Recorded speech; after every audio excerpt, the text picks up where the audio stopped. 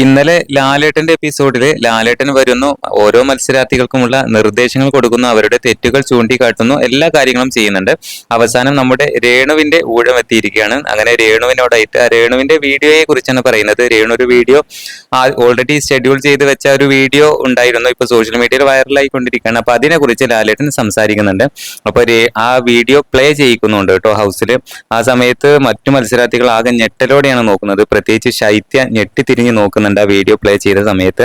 രേണു അതിൽ വോട്ട് ചോദിക്കുന്നുണ്ട്. ഞാൻ ആദ്യത്തെ ആഴ്ച തന്നെ എലിമിനേഷൻ വന്നിട്ടുണ്ട്, രേണു സുധിച്ചേട്ടനെ സ്നേഹിക്കുന്ന, എന്നെ സ്നേഹിക്കുന്ന, എന്റെ കുടുംബത്തെ സ്നേഹിക്കുന്ന എല്ലാവരും വോട്ട് ചെയ്യണമെന്ന് പറയുന്നുണ്ട്.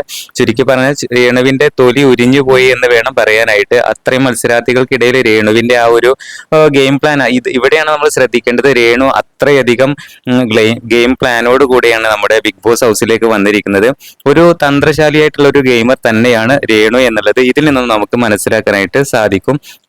എന്തായാലും രേണുവിനോട് ലാലേട്ടൻ ചോദിക്കുന്നുണ്ട്, ഇനി അടുത്ത ആഴ്ചക്കുള്ളത് ഉണ്ടോ എന്ന് ചോദിക്കുന്നുണ്ട്. രേണു ചിരിക്കുന്നുണ്ട്, ഇല്ല എന്നാണ് പറയുന്നത്. ഇനി അടുത്ത ആഴ്ച ഇതുപോലെ ഷെഡ്യൂൾ ചെയ്ത് വെച്ചിട്ടുണ്ടെങ്കിൽ അന്നും ഇതുപോലെ വരുന്നതായിരിക്കും. എന്തായാലും രേണു അത്രയധികം കണ്ണിങ് ആയിട്ടുള്ള ഒരു മത്സരാർത്ഥി തന്നെയാണ്.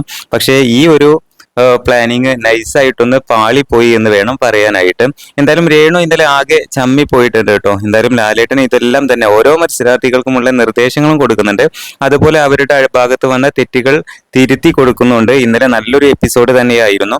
അപ്പോൾ ലൈവ് കണ്ടവർക്കും അല്ലെങ്കിൽ എപ്പിസോഡ് കണ്ടവർക്കൊക്കെ അത് മനസ്സിലാക്കാനായിട്ട് പറ്റും. എന്തായാലും രേണുവിന്റെ ആ ഒരു കള്ളത്തരം ഇവിടെ ലാലേട്ടൻ പൊളിച്ചടുക്കിയിരിക്കുകയാണ്.